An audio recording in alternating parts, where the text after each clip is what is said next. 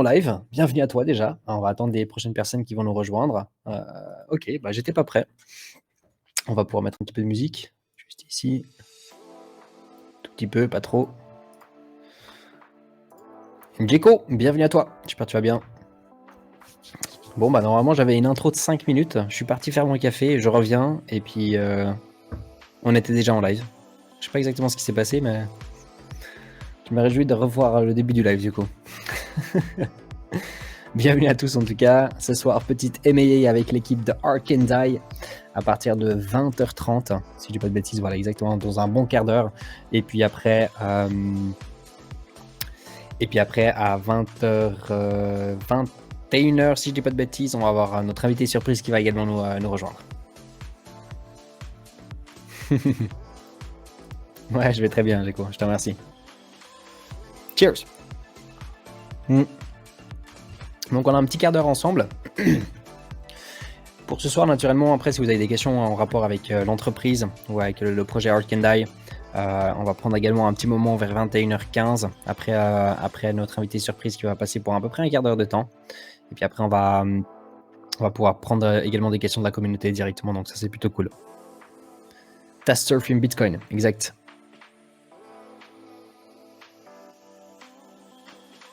Je peux pas faire le zoom. Yes. Coffee Surf, Steak and Repeat. Il est cool. Alors, je vais préparer un tout petit peu le live. Prendre ici vers...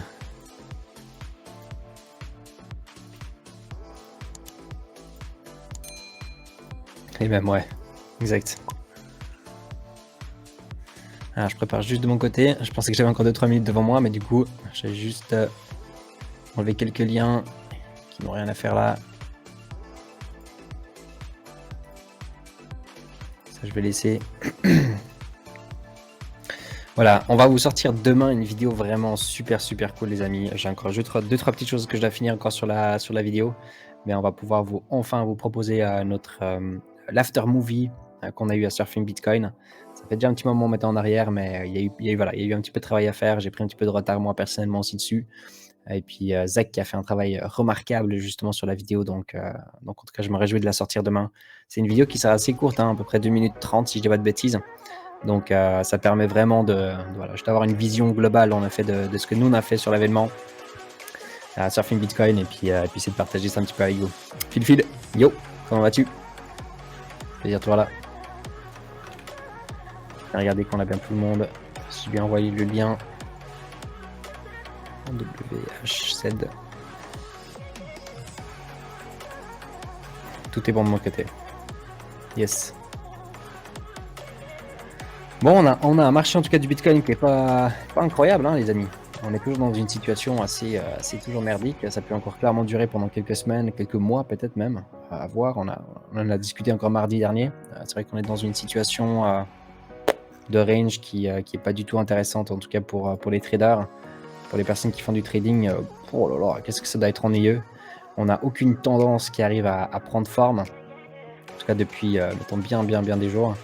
Donc ouais, ça fait vraiment littéralement en fait ça fait depuis le 14 septembre que c'est nul quoi. On est dans un certain range. Il y a eu juste encore un petit peu de mouvement début septembre jusqu'à mi-septembre avec cette grosse chute qui a eu jusqu'à 18 500 $, jusqu'à de nouveau après 23 000 $ de hausse, qui a peut-être quelque chose à faire pour les traders. Mais sinon, oh là là là là. Et puis naturellement le 13 octobre. Nous sommes dans une situation d'attente. Ouais, c'est exactement ça. Il faut attendre, il faut consolider, il faut accumuler. C'est le moment où normalement on essaie de bien se positionner aussi un petit peu sur le marché, mais tout avec prudence aussi, parce que la liquidité, c'est bien d'en avoir durant le bear market, mais elle peut aussi partir très rapidement si on investit trop vite et pas avec une bonne stratégie. Et donc il faut juste être conscient que ça peut durer encore un bon petit moment, et qu'il ne faut pas spécialement mettre toute votre liquidité dans le marché quand après vous êtes un petit peu en mode stand-by. Stethoscope, bienvenue à toi. Peut-être, ça se fait petit à petit également. On est clairement dans cette phase de régulation, hein, ça c'est sûr. C'est exactement ça.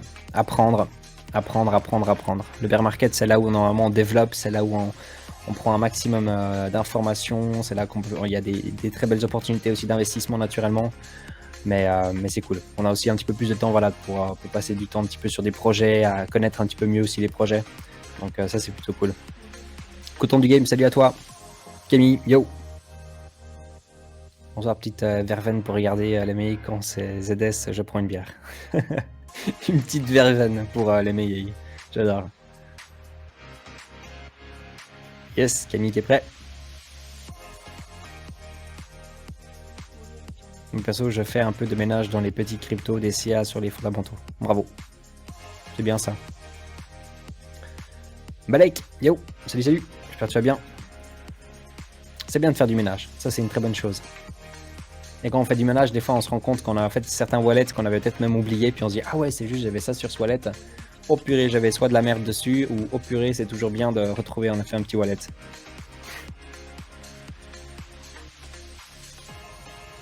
Mais après voilà, la DCA c'est clairement très important pour beaucoup de personnes, hein, que ce soit uniquement sur du Bitcoin, que ce soit maintenant sur des altcoins. Bien sûr en effet le côté fondamental de tous les projets aussi que vous êtes en mode DCA. Mais il y a clairement beaucoup d'opportunités en effet. Nous, actuellement, avec les 5 projets qu'on est en train de suivre, franchement, c'est plutôt cool. Aucune déception pour l'instant. Il y a, je veux dire, d'être en positif avec un Bitcoin qui est à 19 200 $. Donc, en gros, Bitcoin qui gère un petit peu ce marché de la crypto-monnaie. D'être en positif actuellement et que ça, on a commencé il y a bientôt une année maintenant notre DCA dans la chute. On a commencé avec quand est à peu près 200 $, un petit peu en dessous, je crois. 180 comme ça par là. On a commencé, voilà, on a une crypto-monnaie où on est à peu près à zéro, on est à une crypto-monnaie où on est en perte, c'est le Parsec, et puis il y a 3 sur les 5 qui sont en positif. Franchement, vraiment la classe. Le temps de se remettre du beurre et des pertes. Ouais. Abondance. Yo man, comment vas-tu? Plaisir de te voir ici. Dans à peu près 10 minutes, les amis, on va pouvoir du coup accueillir l'équipe. Ils vont nous rejoindre sur le live. Et puis après, à 21h, au cas où, on va avoir notre invité surprise également qui va nous rejoindre. Ça va être super cool.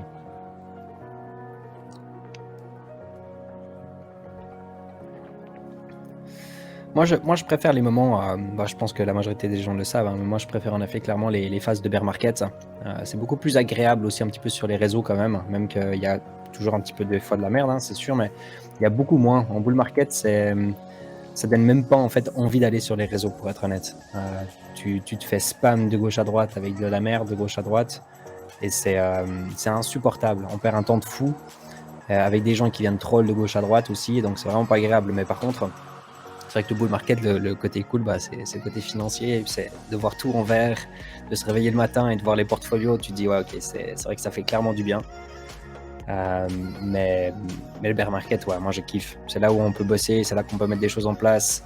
Il y a des gens sérieux aussi qui restent un petit peu dans le milieu. Mais ça va changer. Hein. On vit quand même aussi on vit actuellement un moment assez important, historique même, dans le sens que d'ici 10-20 ans, tout ça, ça va changer. Hein. La manière qu'on va communiquer sur les crypto-monnaies, la manière qu'on va mettre ça en avant, les bulls et les bear market vont être aussi un petit peu différentes, beaucoup moins volatiles. Les halvings, on va peut-être les considérer d'une manière aussi différente. Ce sera toujours la même chose, mais une question de temps. Mais on va peut-être les vivre d'une manière un petit peu différente aussi. Aujourd'hui, beaucoup de personnes se basent en effet sur le halving aussi pour avoir un petit peu cette tendance typiquement de la crypto-monnaie. Mais ces grosses vagues, en effet, où on a fois je ne sais combien de centaines, si c'est pas des milliers de pourcents de personnes qui rentrent dans le milieu de la crypto-monnaie parce que on leur a dit c'est le moment de rentrer et puis qu'on part en bull market. T'as le monde entier qui commence à s'intéresser. C'est exceptionnel, mais on va encore les vivre, mais ça va que faire de diminuer par contre. C'est historique dans le milieu de la finance, ouais. Là aussi, ça fait du ménage. Ça purge quelque part les personnes novices. Ouais, clairement, c'est sûr. Après, malheureusement, moi où je suis un petit peu choqué quand même, c'est les réseaux sociaux eux-mêmes. C'est comme YouTube ou comme Facebook qui arrivent à accepter en fait malheureusement des gros scammers qui viennent dans le milieu puis qui utilisent ces plateformes là pour pouvoir faire de la promotion de projets de scam.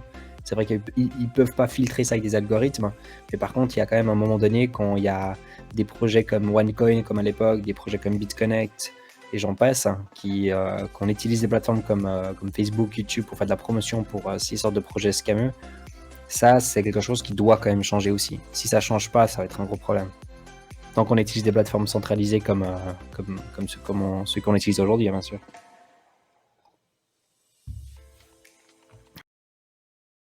Aucun effort, aucun effort. Même encore aujourd'hui, on a encore ces lives avec Vitalik Buterin, avec Elon Musk qui vend, soi-disant, la prochaine bonne crypto-monnaie, ou bien envoyez-nous des cryptos, on vous envoie le double. Ça existe encore, et je trouve ça complètement absurde. C'est ridicule. Alors, tac, je vais te prendre ici.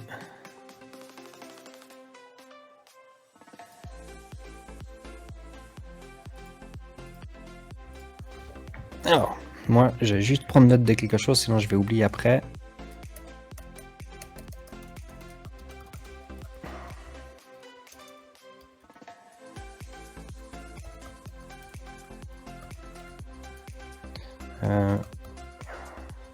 Voilà, comme ça, je vais pas oublier quelque chose en effet. Guillaume, bienvenue à toi. J'espère que tu vas bien. Quoi? C'est pas le vrai Vitalik dans mes contacts?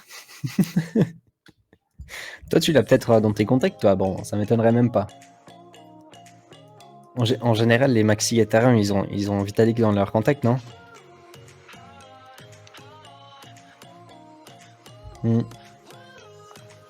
Après, voilà, ça c'est pour les maxi Ethereum. Hein. Je sais pas, vu que j'en suis pas. C'est à vous de me le dire. Hein.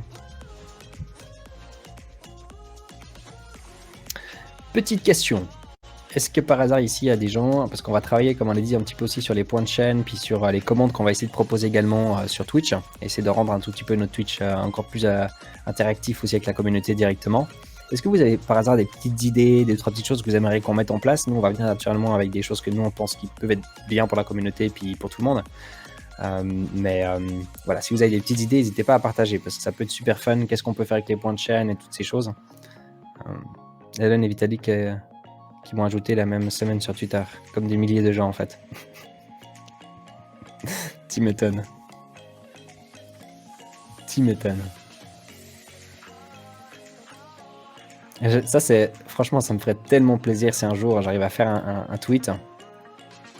Et puis l'objectif c'est que Elon Musk te réponde. Juste pour voir qu'est-ce qu'il répond. Il répond tellement le plus court possible, hein, toujours. Et toujours avec une réponse tellement bien réfléchie, j'ai l'impression. C'est sarcastique, hein. Mais... Alors, bon, je pense pas qu'on va faire de toute façon le point du Bitcoin ou bien quoi que ce soit après les meilleurs non plus. Hein. Ça vaut vraiment pas la peine. Le marché est très ennuyeux. On est toujours de toute façon 19 200$. Il se passe pas grand chose. On a fait un point complet du Bitcoin mardi soir également. Donc, il faut pas hésiter à aussi aller revoir le live qu'on a fait le mardi. Et puis, on est juste en train de discuter parce que du coup, comme on vous a dit, maintenant il y aura aussi des vidéos de l'analyse du Bitcoin aussi par ZS Trader qu'on va mettre sur notre chaîne YouTube. Donc pour ceux qui ne sont pas encore au courant, ça va être quotidien. En tout cas, ça va être le lundi, on va en sortir une. Le mardi, on va en sortir une. Le jeudi, on va en sortir une. Et le vendredi, on va en sortir une. On n'en sort pas le mercredi, tout simplement. En tout cas, pas pour l'instant, mais on va essayer peut-être à partir de la semaine prochaine à voir. Parce que le mardi soir, on fait un point complet. On fait un point complet du Bitcoin. Et donc, on va peut-être essayer de reprendre également un petit peu ces résumés qu'on a fait avec ZS le mardi soir pour pouvoir vous le partager directement le mercredi. Il va te répondre, envoie un Bitcoin et j'en t'en rends deux. Ah, c'est malade. En fait, il faudrait prendre ça, en fait. Il faudrait prendre un des lives d'Elon Musk, où il vend de la crypto-monnaie, ou en tout cas un scam. Non, c'est pas lui, naturellement, mais c'est juste des gens qui utilisent une intelligence artificielle qui font croire que c'est Elon qui parle. Je sais pas, il y a souvent des gens qui tombent dedans, hein, malheureusement, dans ces pièges. Et puis on reprend ça, et puis on met ça sur Twitter en disant... quel est ton objectif avec ça? Pourquoi est-ce que tu vends ça? Vraiment un mode très sarcastique. Ou bien de jouer un tout petit peu sur Twitter. Un petit peu le troll avec Twitter.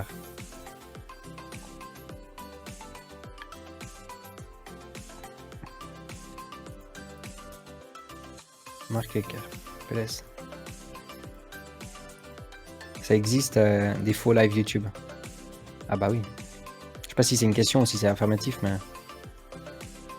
Ah oui, bien sûr, ouais. C'est constamment.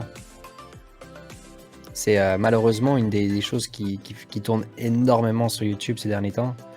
Enfin, encore plus durant les bull market, hein, mais toujours être très très vigilant. Bien, ah bah Guillaume, avec grand plaisir, bien sûr. Tu veux mettre point d'exclamation YouTube, c'est la même chose pour tous les autres réseaux. Hein. Vous pouvez mettre point d'exclamation Twitter, des choses comme ça, puis vous avez directement le lien qui sort dans le chat. Donc là, en l'occurrence, tu as youtube.com/cryptologique.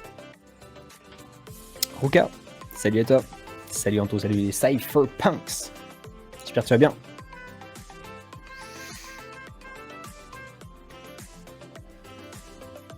Et bientôt de nouvelles commandes, exactement.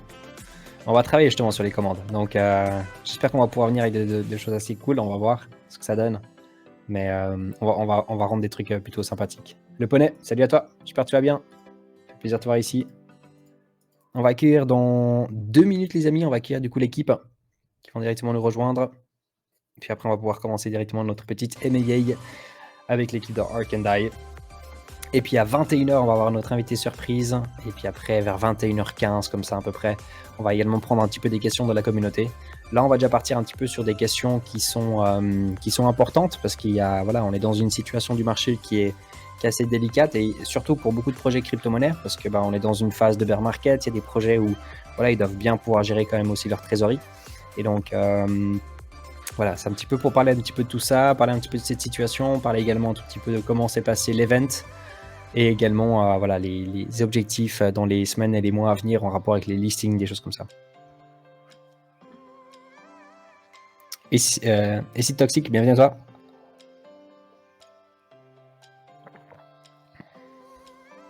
J'ai fait les courses, je te ferai une dédicace prochainement. Comment ça? Ah, super cool, Guillaume. Merci, c'est fait. Le site web est ton favori. Magnifique. Ça, c'est excellent. Bravo. Faut prendre exemple.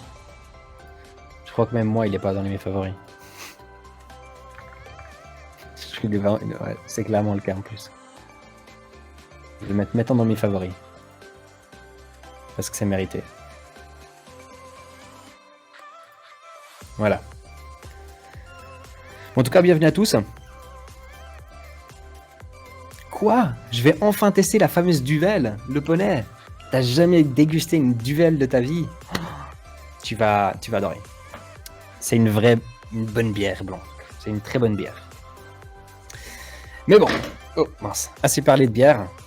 On va couper déjà la musique et puis on va gentiment pouvoir accueillir du coup aussi l'équipe. Je ne sais pas s'il y a déjà tout le monde, mais on va déjà pouvoir accueillir notre première invité qui fait partie de l'équipe de Ark and Die. Vous le connaissez déjà tous. Monsieur, mesdames, on va accueillir s'il vous plaît ce soir avec nous Jean-Marc. Salut. Bonsoir à toutes et à tous. Comment vas-tu? Très bien. Et toi, Anthony? Ouais, ça va très bien. Je suis content de pouvoir vous avoir avec nous ici chez Cryptologique ce soir pour parler un tout petit peu du projet, puis un petit peu voilà, de à quoi s'attendre pour les prochaines semaines, les prochains mois. Ça va être cool. Super, merci en tout cas beaucoup pour l'invitation. C'est toujours un plaisir. Avec et grand c'est plaisir. toujours un plaisir de retrouver la communauté. Yes, top. Est-ce que par hasard ce soir il y aura Gaël qui va nous rejoindre ou Oui, j'espère. Ah oui, hein. Ah oui, j'espère. Alors on va voir. Je vais peut-être lui envoyer un petit message pour demander où est-ce qu'il en est. Comme ça on va pouvoir après directement commencer.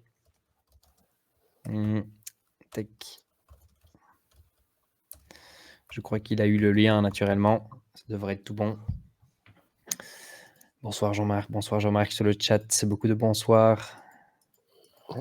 Merci beaucoup. Bonsoir. Crouton du game qui demande si Gaël sera sorti de sa voiture. Allez, du coup, en tout cas, il vient d'arriver. Donc, du coup, on va pouvoir l'accueillir. Je crois qu'il y a juste une petite chose. C'est qu'il ne s'appelle pas Gaël ce soir, apparemment. Il s'appelle également Jean-Marc et Gaël. J'aime bien. Super. Bienvenue à toi, Gaël. Salut à tous, ça va? Ça va très bien, je te remercie. Hello Jean-Marc. Salut Gaël. Oui, c'est Gaël. Hein. Oui, c'est bien Gaël, du coup. C'est marrant, ouais. Jean-Marc et Gaël. C'est sûrement encore de la dernière fois parce que vous étiez Ouais. ensemble. Ouais, exact. Ah bah, en tout cas, bienvenue chez Cryptologique. On va pouvoir faire un petit M&A ce soir, donc c'est cool. Est-ce qu'on attend quelqu'un d'autre encore de l'équipe ou est-ce qu'on attaque directement? On peut attaquer directement. On aura une petite surprise en cours d'émission. Mais on va attaquer effectivement Jean-Marc et moi-même. Magnifique, cool. Ben, peut-être que alors, il y a pas mal de questions. On prendra aussi un petit peu les questions naturellement de la communauté à la fin. Donc, ce sera peut-être autour des 21h15 après notre invité surprise qu'on va avoir ce soir. Mais dans un premier temps, alors j'ai moi-même déjà quelques petites questions à vous poser. Naturellement, je pense qu'il y a pas mal d'annonces aussi, des choses que vous aimeriez peut-être partager. Donc, s'il y a quoi que ce soit comme question que je ne pose pas, hésitez surtout pas aussi à rebondir dessus. Mais dans un premier temps, parlons peut-être déjà également de l'event. Parce qu'il y a quand même eu quelque chose d'assez exceptionnel qui s'est passé. C'était le tout premier qui s'est passé donc à Bangkok. Est-ce que vous pouvez nous en dire un petit peu plus, si c'est bien passé, quel est un petit peu votre ressenti, et puis voilà, quel est un petit peu les retours aussi que vous avez peut-être eu des gens de la communauté ou des gens peut-être aussi qui étaient sur place directement à Bangkok? Oui, super. Juste une question pour être sûr. La connexion est bonne, hein? Parce que chez moi, ça lag Mm. un peu. Alors moi, c'est moi qui lag? Ouais, tu lags un peu, mais ta voix sort bien, mais l'image. Mais je sais pas, peut-être c'est ma connexion. Alors en tout cas, nous, on te voit bien et on t'entend très Ok, bien. ça va, bah, nickel. Jean-Marc, pareil? Oui, pareil, Ouais, pareil. non, alors je pense que tout est bon. Super, bah, effectivement, très bonne question. Commençons par parler de l'expo. Jean-Marc, je te laisse peut-être commencer avec l'expo. Oui, ok, très bien, mais ça s'est très bien, ça s'est même, je dirais, excessivement bien passé. Donc, tout d'abord, grand succès public. Mais donc, pour rappeler, on a ouvert le 1er septembre. C'était une soirée sur invitation. Et donc, il y a eu beaucoup de public. Et puis, donc, c'était avec la présence, on a eu le grand honneur d'avoir les présences de l'ambassadrice de Belgique avec son mari, avec son époux, de l'attaché culturel de France, et puis surtout aussi la visite très remarquée du ministre de la Culture thaïlandais. Alors, pour vous savez, moi, je suis très souvent ici en Thaïlande. Je voyage beaucoup en Asie. Et il faut savoir que la Thaïlande est un pays où il est très, très, très difficile d'avoir les autorités officielles qui soutiennent un événement. Donc, la venue du ministre en soi était déjà quelque chose de vraiment exceptionnel. Et en plus, on a, n'est-ce pas, Gaël, tu vas sûrement être d'accord avec moi, on a fait la connaissance avec un homme vraiment charmant, enthousiaste, et en fait, il aurait très bien pu venir, comme font souvent les ministres, et voilà, faire un petit discours et puis repartir avec toute sa suite. Et là, pas du tout. Il est resté, je dirais, j'ai pas vraiment regardé combien de temps il est resté. Ça m'a semblé très très long, bien que c'était un énorme plaisir. Mais je crois qu'il est au moins resté 1 heure et demie, si pas plus. Moi, je dirais au moins une. Oui, oui, oui, oui, oui. Et puis, en fait, c'était vraiment, il était très intéressé. Il est allé, il a vu, bon, il a d'abord fait un discours d'introduction après l'ambassadrice de Belgique. Et ensuite, il a regardé les œuvres une à une. Mhm. Et pour une petite anecdote, ce que j'ai trouvé extraordinaire, donc il y avait évidemment beaucoup de personnes qui le suivaient, les invités, la presse, les autorités, nous-mêmes. Et il avait fait le tour de toute l'exposition. Et à chaque fois, il s'arrêtait à côté du tableau et de son auteur, ou de la sculpture et de son auteur, et discutait avec son auteur. Et puis, au moment où il avait fait le tour, il n'avait pas rencontré Stéphane Blanquet, en fait. Stéphane Blanquet était un petit peu en recul. Et puis, au moment où il allait sortir et donc terminer sa visite, il a vu arriver Stéphane Blanquet, et donc il a tout de suite reconnu, et il lui a dit: ah, écoutez, on va aller voir ensemble votre œuvre. Et donc, alors on était occupé à partir avec tout le cérémonial que ça implique, il est revenu, il allait tout à fait au fond de l'expo, parce que l'œuvre de Blanquet était au fond à droite, et il est retourné là-bas. Il a parlé en une vingtaine de minutes avec Stéphane, qui lui a expliqué tout son tableau. Donc Il y a c'était des belles vraiment une photos personne. d'ailleurs. Oui, voilà, exactement. Donc c'était vraiment, c'était magnifique son attitude et c'est quelqu'un qui est vraiment intéressé. Et donc voilà, c'était très enthousiasmant. Et alors une dernière chose que j'aimerais dire à propos de l'expo, c'est quand même que il faut souligner, comme j'ai dit, qu'il y avait donc, on avait le soutien de la France, de la Belgique et de la Thaïlande, les soutiens officiels, et que c'est très très important parce que c'était évidemment Arkendai, l'organisateur de l'expo. Et donc, si je dis que c'était Arkendai, c'est-à-dire c'était le monde de la crypto. C'est une crypto qui organisait cette exposition d'art. C'était pas simplement sans sens péjoratif, ça passe uniquement une expo d'art. Et donc, ils ont les autorités, et c'est ce que je voulais dire tout à l'heure, c'est que les autorités thaïlandaises, comme françaises et belges, ont évidemment fait leur Dior, leur recherche, leur due diligence. Ils se sont, avant de donner le soutien officiel du pays, parce que toutes les affiches, les invitations avaient le logo officiel de la France, de la Belgique, de la Thaïlande.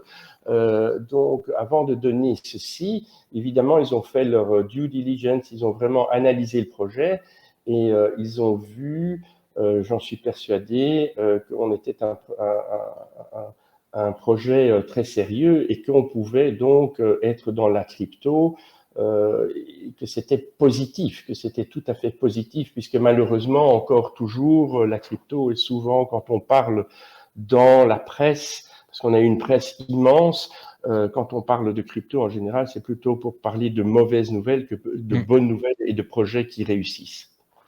C'est ça, exactement. Et donc, Jean-Marc a fait un beau tour sur la question de l'expo. Et effectivement, c'était grandiose. Personnalité, médias, interviews, les artistes étaient aussi présents. Stéphane Blanquet, Marissa, Souat, Picha, etc. Donc, c'était vraiment, ça a été un événement incroyable. On a même eu l'occasion d'avoir un petit tour sur en bateau, un bateau Arkendai. Anto, tu y as assisté aussi. Donc, c'était vraiment génial. On a pu rencontrer aussi, évidemment, c'est ce genre d'événement qui attire du monde, du beau monde, et des rencontres intéressantes avec des partenaires. Il y avait évidemment aussi des personnes du monde de la crypto qui étaient présentes lors de l'événement. Ça a attiré évidemment des personnes du monde de la crypto, puisque l'exposition est une exposition qui a été financée via le Arkendai Coin. Et donc, ça a attiré du monde de la crypto. Et donc, on a eu l'occasion de rencontrer des gens très intéressants et on en reviendra juste après, puisqu'évidemment, ça a permis de nouer des relations et de discuter partnership. Et ça, c'était vraiment intéressant. Et depuis l'expo aussi, on avait déjà un succès important avant l'expo et on va dire les choses clairement. L'expo est vraiment importante à ce niveau-là aussi parce que ça a conscientisé l'idée que certains avaient que Arkendai n'est pas simplement une entreprise qui est dans la crypto, mais qui aussi produit de l'art physique. Et là, ça nous a permis de prouver à ceux qui en doutaient encore qu'effectivement, on a le savoir, la capacité, l'intelligence de réaliser une exposition de cette ampleur-là, avec l'intervention d'un ministre de la Culture de la Thaïlande, l'ambassadrice de Belgique, l'ambassadeur de France. Il y avait des autorités aussi au niveau de la Suisse et différents pays, des entrepreneurs, des personnalités, des célébrités. Tout ce monde était réuni grâce à Arkendai, j'ai envie de dire grâce à la communauté, parce que comme je le dis depuis le début, Arkendai est un projet qui a été créé par la communauté pour la communauté. On est dans le projet ensemble et on le crée ensemble. Et donc encore à cet égard, un grand merci à tous ceux qui nous soutiennent, à la communauté qui nous suit aujourd'hui. C'est vrai qu'on n'avait plus d'AMA depuis le mois de juin, mais on est là. On n'avait plus d'AMA parce qu'on travaillait durement. Comme toujours, on est très occupé avec le projet, à le développer. L'exposition, vu ce qu'on vient d'expliquer, on peut comprendre que ça a été une organisation incroyable, beaucoup de concentration, beaucoup de contacts, de relations, de réunions. Et donc voilà, c'est ce qui explique aussi pourquoi il n'y avait pas eu d'AMA. Et alors, ça va nous permettre d'embrayer aussi avec l'expo en ce qui concerne les ventes d'art, parce que ça intéresse évidemment les membres de... Je voulais justement poser un petit peu la question pour les personnes qui ne sont pas au courant exactement comment ça fonctionne, parce que alors en effet, créer un event, c'est une chose, c'est bien sympathique, mais quel est le bénéfice finalement pour l'entreprise oui, le projet de Ark and Die? Quel est le plus pour ça? Et puis comment s'est passé également les ventes et toutes ces choses? Si tu peux nous en dire un petit peu plus. Ouais, exact. Et, ça me fait penser à un membre de la commune, Nicolas, qui pose souvent la question. Il a souvent demandé est-ce que vous avez des ventes, etc., etc. Et Mm. bien, effectivement, oui. Le but de l'exposition, bah, premièrement, c'est l'adoption, hein, une vitrine exceptionnelle pour le projet, pour la communauté, pour le développement du projet, mais également pour le monde de la blockchain et de la crypto-monnaie au sens large, hein, puisqu'effectivement, on participe avec cet événement à l'adoption générale dans le monde du monde de la blockchain. Et en plus de ça, effectivement, il y a des retombées financières, des retombées au niveau des partnerships, puisqu'on rencontre des personnes, ça nous donne une belle vitrine. Et effectivement, c'est aussi des retombées pour plus tard directement en ce qui concerne le listing. Et ici, à proprement parler, en ce qui concerne les ventes d'art, et donc il faut être clair avec ça, on a réalisé des ventes d'art, on est très content, notamment Swat Buntam qui a vendu toutes ses œuvres, Ils Van Roy aussi a vendu toutes ses œuvres. On a aussi Stéphane Blanquet qui a vendu donc son merveilleux tableau, son magnifique Mm. tableau. Anthony, tu l'as vu, c'est vrai Ouais, que c'est impressionnant. face à face, c'était vraiment impressionnant. Incomparable. C'est incomparable face à C'est face incomparable. sur une photo. Ouais. C'est ça, j'en perds encore mes mots parce que effectivement le tableau de Stéphane était majestueux. J'y étais chaque jour et chaque fois je passais un petit moment devant le tableau de Stéphane tellement il était beau, captivant et parlant, intriguant aussi.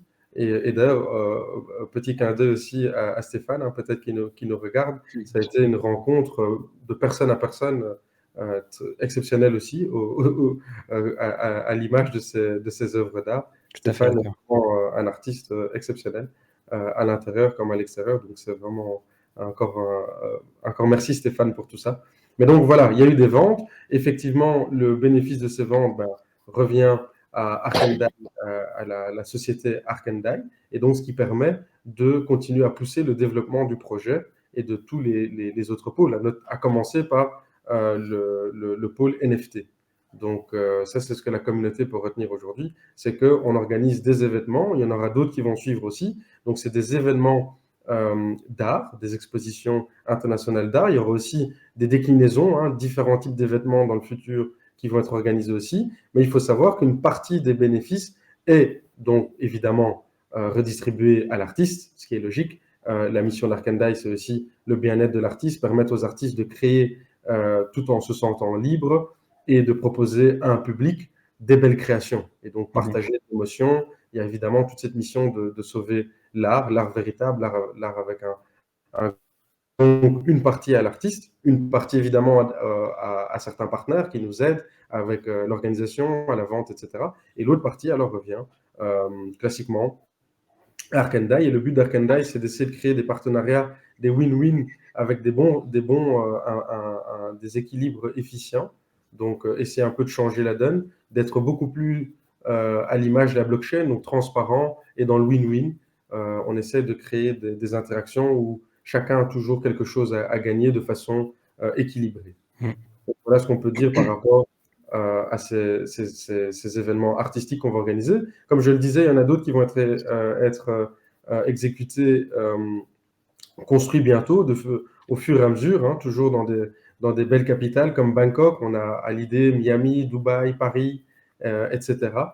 Basel, London, donc des capitales artistiques bien connues.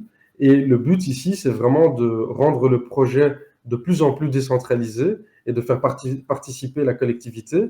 Et pour ce faire, alors, on est en train de regrouper une équipe en fait d'artistes de haut niveau et de conseillers en art et NFT de haut niveau.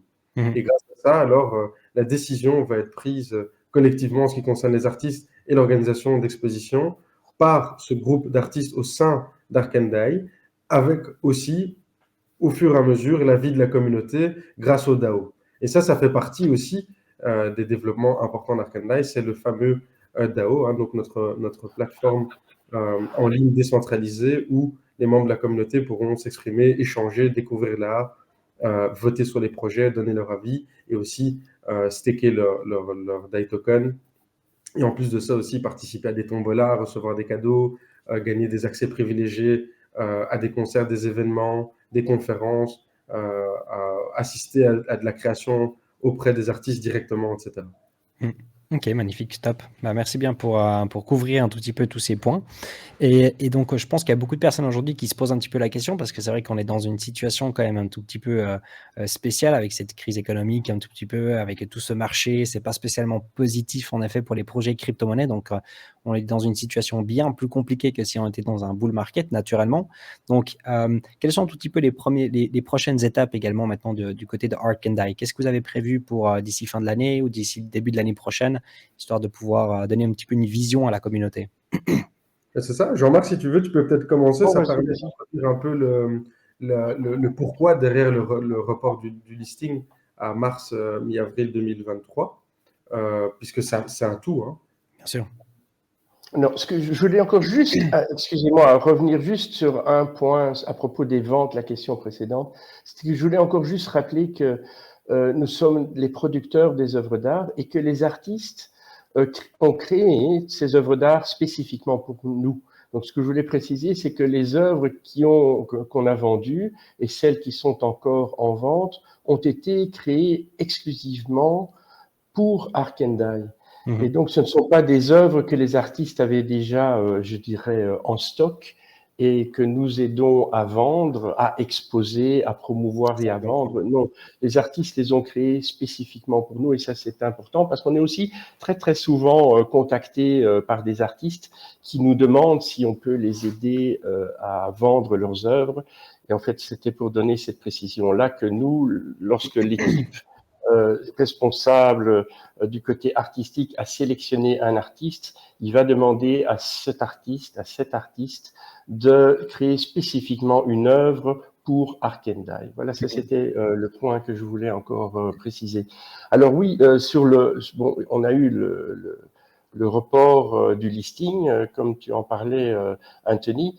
Donc, et la première raison qu'on a citée dans notre communiqué, c'est une des raisons qui nous ont fait prendre cette décision, mais on va préciser et expliquer que ce n'est évidemment pas la raison exclusive, mais la première raison, c'est la situation économique et crypto générale, les conditions en général.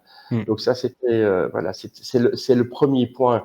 Et puis on a eu encore d'autres, il y a encore d'autres raisons, et ça c'est très important parce que quand on a communiqué ça, beaucoup de membres, mais à juste titre, ont posé beaucoup de questions.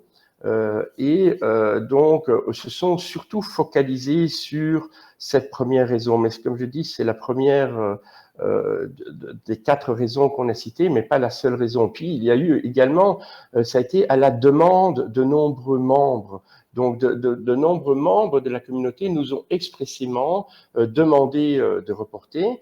Et comme on aime à le rappeler, Ark and Dai est une communauté, on est à l'écoute de nos membres et ça a été aussi la demande de partenaires, de différents partenaires dont on parlera aussi encore tout à l'heure. Donc certains partenaires nous ont aussi expressément demandé de reporter. Et puis la troisième raison, c'était l'expo. L'expo était en cours et comme on vient d'expliquer, c'était un grand succès. Comme l'a bien expliqué Gaël, on a noué de très nombreux contacts qui pourront se concrétiser ou qui vont se concrétiser. Et donc, il fallait attendre que cette expo se termine pour qu'on ait toutes les forces de notre côté, qu'on ait tous les avantages dans notre camp, évidemment. Et la dernière raison, eh bien, c'est, Gaël en a déjà dit un mot aussi, c'est le développement du DAO et des NFT. Ouais, et puis si je peux aussi rebondir dessus, je pense personnellement aussi que c'est une très bonne idée. Enfin, on en parle un tout petit peu partout. Hein. Aujourd'hui, il y a quand même beaucoup de projets en effet qui sont en train de repousser le listing, et c'est pas pour des raisons en général qui sont mauvaises. Tout l'opposé. Il faut suivre le marché de la crypto-monnaie. De faire en effet des fois un listing dans un certain temps peut être fatal des fois pour un projet, et c'est très important de pouvoir bien choisir en effet ces dates-là Donc, je pense personnellement que le choix a été très, très bon. Gaël, tu veux rebondir sur quelque chose encore? C'est ça, et puis c'est toute l'essence d'un projet. Exact. Oui, c'est ça. C'est aussi toute l'essence d'un projet entrepreneurial, c'est que la clé d'un projet qui réussit et d'entrepreneurs qui sont à l'écoute du projet, eh bien, c'est de pouvoir s'adapter. Parce qu'en fait, l'entrepreneuriat, c'est à l'image de l'existence, à l'image de la vie. Il est question d'adaptation. Donc, il n'est pas question de précipitation ou de rester fixe alors que toutes les indications poussent justement à se déplacer. Il faut pouvoir écouter son entourage, sa communauté, ses partenaires, mais également aussi les circonstances économiques. Et ici, effectivement, comme tu l'as dit, Anthony, d'entrée, le climat économique, de façon générale, l'économie ne va pas bien.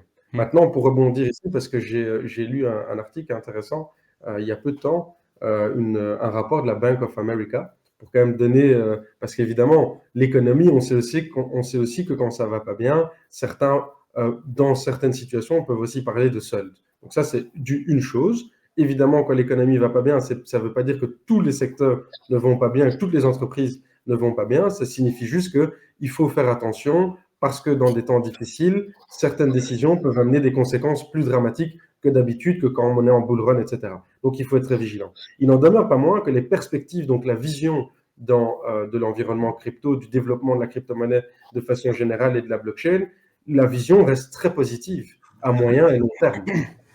Par exemple, Bank of America montre que dans les générations 21-42 ans, il y a quand même 70% des individus plus de 70% d'ailleurs, qui se diversifient et qui disent aimer investir dans des alternatives à la finance traditionnelle, c'est-à-dire dans la finance décentralisée et notamment dans la crypto-monnaie, altcoin et bitcoin. Donc ça, c'est très important parce qu'ils estiment, et c'est une information très importante, que d'ici le shift 2040, il y aura de mémoire, c'est 8 000 milliards de dollars qui vont être transférés de la génération boomer à la génération 21-42 ans, les millennials. Et donc, ce qui signifie que puisque c'est une nouvelle tendance, la Bank of America conclut que c'est une tendance qui est là pour non seulement rester, mais pour se propager et finalement devenir vraiment une alternative concrète au milieu de la finance traditionnelle. Parce que pour l'instant, dans la crypto-monnaie, on a environ 1 000 milliards, alors que la finance traditionnelle, c'est 100 000 milliards. Donc, c'est encore deux choses qui ne sont pas vraiment comparables. Mais quand on analyse les statistiques, les données, on se rend compte que la vision à long terme, c'est très intelligent. Évidemment, je ne suis pas conseiller, je ne donne pas de conseils aux gens, mais mon avis personnel, c'est que de suivre cet environnement et c'est intelligent de s'y intéresser et surtout d'y avoir foi, puisque on est ici face à des analyses d'une banque comme la Bank of America, donc c'est des informations sérieuses, c'est des analyses sérieuses et on voit bien que la vision est positive. Et c'est pas pour rien que d'autres fonds d'investissement, banques, investissent en masse dans le Bitcoin ou d'autres crypto-monnaies. Parce que aussi, derrière la crypto-monnaie, c'est quelque chose que j'aime bien dire aussi, on n'est pas simplement, souvent on a l'idée simplement d'une crypto-monnaie, donc quelque part juste d'une monnaie. Mais on le voit ici avec Arkandai, avec notre jeton, que une crypto-monnaie, on fait aussi rentrer là-dedans tous les jetons utilitaires qui en fait soutiennent des écosystèmes et des véritables projets. Comme on le prouve ici avec Arkandai, nous avons mené à bien un projet entrepreneurial. C'est l'organisation concrète d'une exposition internationale avec plus de 300 invités, des ambassadeurs, des ministres, une dizaine d'œuvres d'art, des montants importants et un succès retentissant. Et donc, il ne faut pas oublier ça non plus, que derrière une crypto-monnaie, il y a des projets.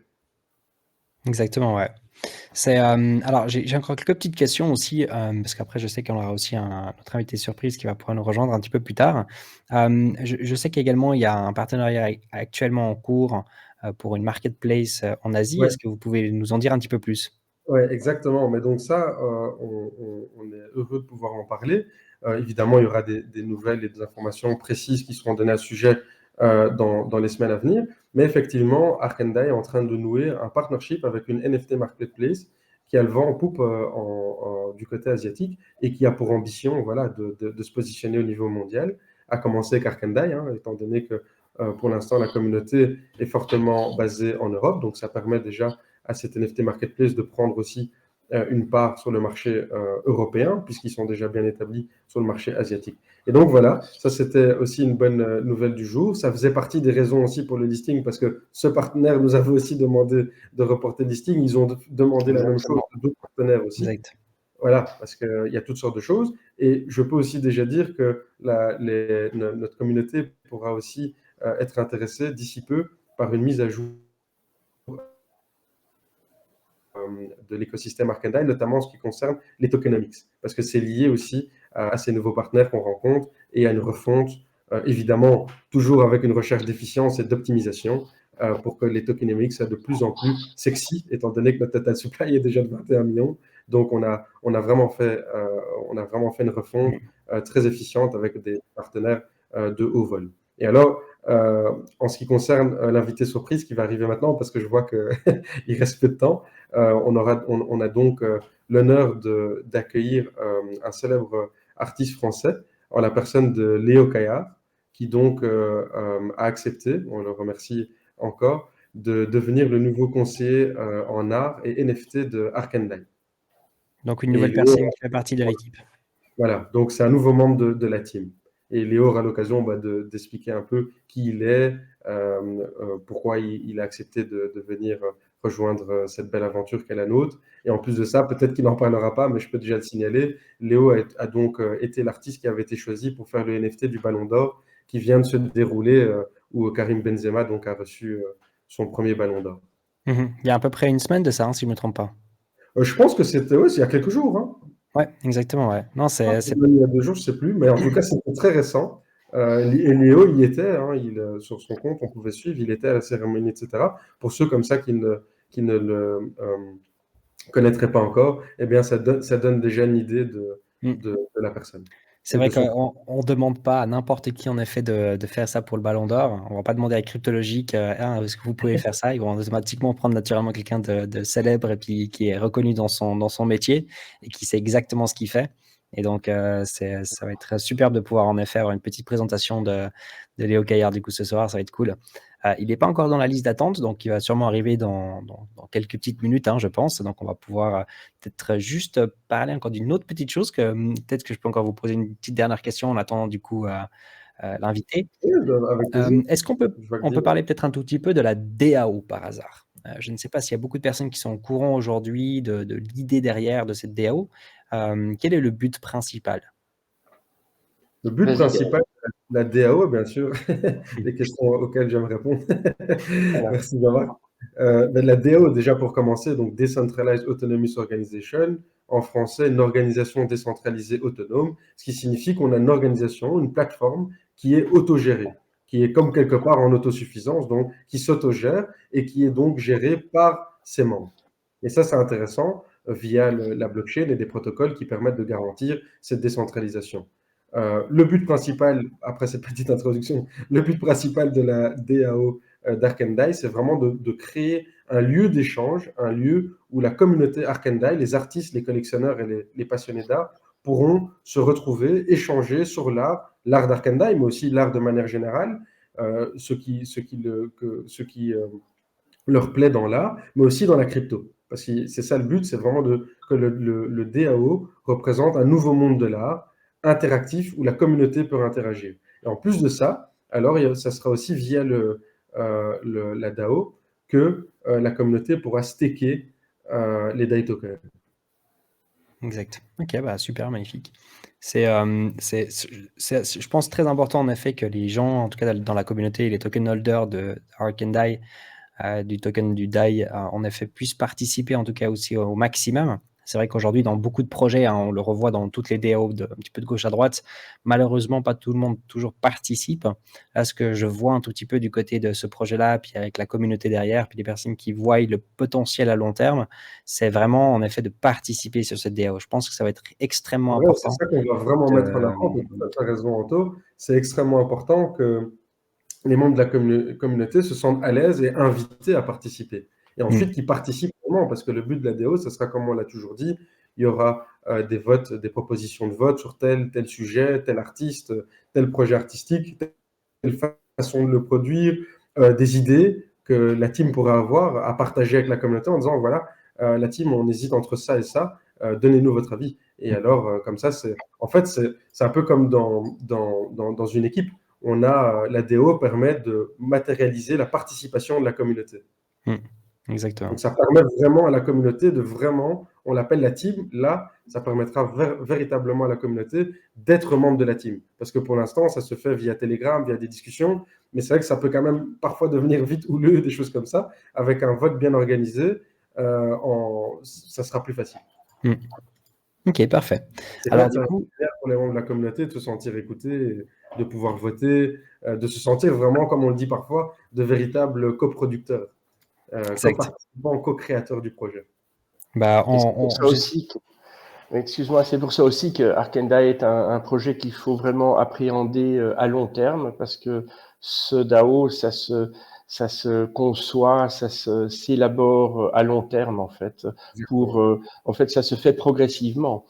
Il faut d'abord que les créateurs du projet, les conseillers donnent les premières grandes lignes pour qu'on comprenne bien quel est le projet, qu'on puisse montrer ce dont on est capable. Et puis alors, on va justement progressivement décentraliser et progressivement donner de plus en plus de pouvoir à la communauté. Exactement, bonne précision, Jean-Marc, parce que c'est vrai que c'est le cas de le préciser. Les choses se font par étapes. On est tout à fait humble ici, dans le même esprit qui nous anime depuis le début.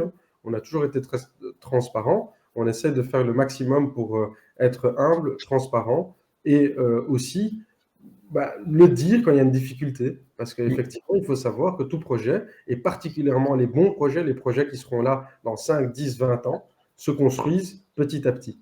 Et il ne faut pas se brûler les ailes, il faut essayer d'avoir des fondations les plus solides possibles, et notamment pour une plateforme comme une belle DAO, il faut passer par toute une prise de décision et un développement progressif en phase avec la communauté, puisque la communauté alors serait effectivement consultée aussi, le cas échéant, et au fil du temps, pour savoir quelle direction la communauté aussi estime qui est la plus utile à prendre. Ok, parfait. Merci bien pour cette petite précision du coup sur la DAO. On a du coup Léo Caillard qui a rejoint dans la liste d'attente. Donc du coup, on va pouvoir directement l'accueillir sur le live. Donc messieurs, mesdames, est-ce qu'on peut s'il vous plaît accueillir notre cher invité ce soir, Léo Caillard. Bienvenue sur le live. Salut. Écoutez, je suis absolument ravi. Merci d'être là, tout le monde, ce soir. Ravi d'avoir l'occasion de prendre la parole. J'ai un petit peu écouté en arrivant. C'est vrai que c'est tout à fait juste ce que tu as dit, Gaël. Les projets mettent du temps. Ceux qui ont les reins solides, ceux qui ont des fondations solides sont ceux qui traverseront le bear market. Et ceux qui construisent pendant le bear market sont ceux qui vont tirer l'épingle du jeu par la suite, parce que il faut être Web3, il faut être horizontal, il faut prendre le temps d'écouter, il faut prendre le temps de construire du sens, de l'art, de la créativité. Et ça ne se fait pas en 3 jours, ça ne se fait pas en 3 semaines, ça ne se fait ni en 3 mois, ça se fait bien en 2-3 ans. Et la valeur, elle sera réelle et elle sera pérenne. Moi, j'ai connu Gaël pour son intérêt pour l'art physique. Je suis un artiste contemporain qui a plus de 15 ans de métier dans la sculpture sur marbre. J'ai la chance d'avoir beaucoup d'expositions dernièrement dans des musées internationaux, dans des galeries, beaucoup de voyages. J'étais à Londres la semaine dernière pour la Fried's et là, je reviens de Paris Plus, la nouvelle foire qui remplace la FIAC. Là, depuis qu'Art Basel a pris le lead. Et c'est passionnant parce que la scène artistique, elle est bouillonnante actuellement en France. Il se passe beaucoup de choses. Il y a d'ailleurs un article dans Le Monde aujourd'hui qui parle du renouveau vraiment de l'art français, de ce pôle d'attractivité français autour de l'art. Je le vois dans mon rapport personnel à l'art, puis je le vois aussi dans ce dynamisme Web3 avec le lancement de la NFT Factory hier, dont je fais partie, avec des événements majeurs qui commencent à prendre forme, où des institutionnels et des galeries qui, il y a encore quelques années, ne pouvaient pas imaginer sauter là-dedans, s'intéressent vraiment de plus en plus. Donc voilà, je suis ravi de discuter avec vous ce soir et de me présenter. Ravi de rejoindre l'aventure Arkenda. Je pense qu'il y a des gens absolument passionnants dedans que j'ai l'occasion petit à petit de rencontrer. Et qu'est-ce que je peux dire de plus? Voilà, j'ai beaucoup de projets, j'ai une vraie ancienneté autour du Web3. S'il faut que je me présente plutôt côté Web3, n'hésitez pas à me dire aussi et Alors, j'en alors, parle un peu plus. alors déjà pour commencer, merci infiniment. Tu as déjà fait une très bonne présentation, donc c'est déjà super cool. Mais déjà, bienvenue chez Cryptologique sur ce live. Et puis merci infiniment en effet de prendre un petit peu de temps avec nous pour pouvoir venir aussi te présenter. Pour ceux qui ne te connaissent pas encore, je sais ici en interne aussi qu'il y a quelques personnes qui te connaissent déjà. Il y a plusieurs personnes chez Cryptologique qui sont aussi dans l'art et qui te suivent aussi depuis un bon bout de temps. Donc il y a déjà des fans aussi. Donc ça fait plaisir. Ils étaient d'ailleurs, je pense, très contents de pouvoir te voir ici maintenant du coup ce soir. Et peut-être, alors, je pense que ça peut être très intéressant en effet d'avoir un petit peu plus ton background sur le côté Web3, parce que c'est vrai qu'on a quand même beaucoup, enfin, pour tous les artistes que moi je connais, j'en connais pas beaucoup, mais j'en connais aucun qui sont vraiment, on va dire, forts dans le Web3. Le milieu des NFT, c'est pas spécialement non plus quelque chose qui est très, on va dire, très chaleureux sur le côté de l'art, parce qu'on ne le vend pas de cette manière-là. Donc, il y a beaucoup d'NFT aujourd'hui sur le marché qui ne sont pas du tout de l'art, mais qui sont juste spéculatifs et plus qu'autre chose. Donc, je pense qu'il faut vraiment réussir à donner un tout petit peu cette vision, en tout cas, à l'audience avec des vrais artistes aujourd'hui, donc comme toi ici ce soir, qui comprend en effet la technologie du web, de la blockchain et puis l'utilité finalement d'un NFT aussi sur le plus long terme, et d'avoir en effet de l'art directement en tant qu'NFT et pas quelque chose comme une photo ou directement qui a une valeur complètement absurde. Donc, en effet, d'avoir un petit peu plus ton background sur le Web3, ce serait avec grand plaisir. Bien sûr. Bah, écoutez, moi, c'est très marrant parce que le Web3, c'est finalement quelque chose qui m'a pris très tôt, sans tout de suite comprendre. J'ai eu la chance de finir mes études à l'école des Gobelins, qui est une grande école en 3D et en art numérique, en 2007. Et à cette époque-là, on allait, nous, étudiants natifs de l'art digital, on allait voir les blogs de ceux qui étaient des gens qu'on considérait comme des ovnis. Beeple, j'ai ouvert son blog en 2010, Xcopy, j'ai vu des premières créations en 2016. Et tous ces natifs du digital art, pour nous, c'était des précurseurs parce qu'ils ouvraient la voie à un usage non commercial de l'art numérique, un usage qui pouvait être quelque chose d'autre que la commande. En fait, toute forme d'art, tout nouveau média met 30 ans à devenir de l'art. La photographie a mis 30 ans à devenir de l'art. Ça a été du journalisme avant exclusivement, il n'y avait pas de photo d'art. Le cinéma a mis 30 ans avant de faire un film. Avant, c'était des captations plan fixe par les frères Lumière pendant 30 ans. Et l'art numérique, c'est pareil. Il a fallu 30 ans d'essais de gens qui défrichent pour qu'on commence à comprendre que ça peut être un médium artistique et ça n'est pas forcément un médium pour les effets spéciaux du cinéma ou pour de la production. Et ça, c'était très drôle de voir dans les années 2008. Avec l'arrivée de la blockchain, j'ai eu la chance d'être aux États-Unis en fait au moment de l'arrivée du Bitcoin. Alors tout s'écroulait, j'arrivais la fleur au fusil en pensant que j'allais avoir plein de boulot et la situation a été extrêmement houleuse. Et c'était très intéressant de voir que derrière cette période difficile, j'ai envie de dire, de 2008, qu'on retrouve d'ailleurs actuellement, il y avait un dynamisme incroyable, il y avait une sorte de ferveur nouvelle qui a été extrêmement pérenne pour la suite. Donc, j'ai vu des gens du monde numérique dans lequel j'étais, cinéma d'animation, 3D, tout ça, qui achetaient du Bitcoin à 5-10 dollars. J'en ai pas acheté, mais c'est pas grave parce que je suis pas quelqu'un qui est sur les marchés. Je suis quelqu'un qui souhaite faire de l'art à travers ça. Donc, mais j'ai eu de l'intérêt parce que je suis de la génération qui est née avec Internet. Et j'ai vraiment senti qu'il y avait une sorte de nouveau layers qui arrivait comme ça sur l'Internet. Donc ça m'a intéressé, puis j'ai pas vraiment creusé, mais j'étais déjà un peu intrigué. Après, j'avais besoin de faire de la sculpture et j'ai changé complètement de voie. J'ai pas changé de voie en fait, je suis complètement allé vers ce que j'aimais, c'était l'art. Et comme l'art numérique n'avait pas de marché, et ben, après ma formation en sculpture en 3D, en digital, j'ai voulu faire de la sculpture réelle et je suis parti en Italie pendant 2 ans. Je suis parti à Carrare de 2009 à 2011 et j'ai appris la sculpture sur marbre manuel. Et tout mon background en 3D, en sculpture en 3D, m'aidait à comprendre ce qu'était la sculpture réelle. J'avais fait de la photo, j'avais fait de la 3D et je me mettais à sculpter du marbre et c'était cohérent parce qu'en fait tout ça, c'était la même approche, c'est juste les outils qui changent. Donc dans mon parcours, j'ai fait un peu l'inverse de ce que la société a fait. Depuis l'Antiquité, elle s'est numérisée. Moi, je me suis dénumérisé pendant un temps pour me renumériser ensuite. En fait. Mais mon usage de l'outil numérique, il a toujours été présent pendant ces 15 années, toutes mes maquettes de mes sculptures, je les faisais en 3D d'abord pour bien voir les formes, les masses, tout ça.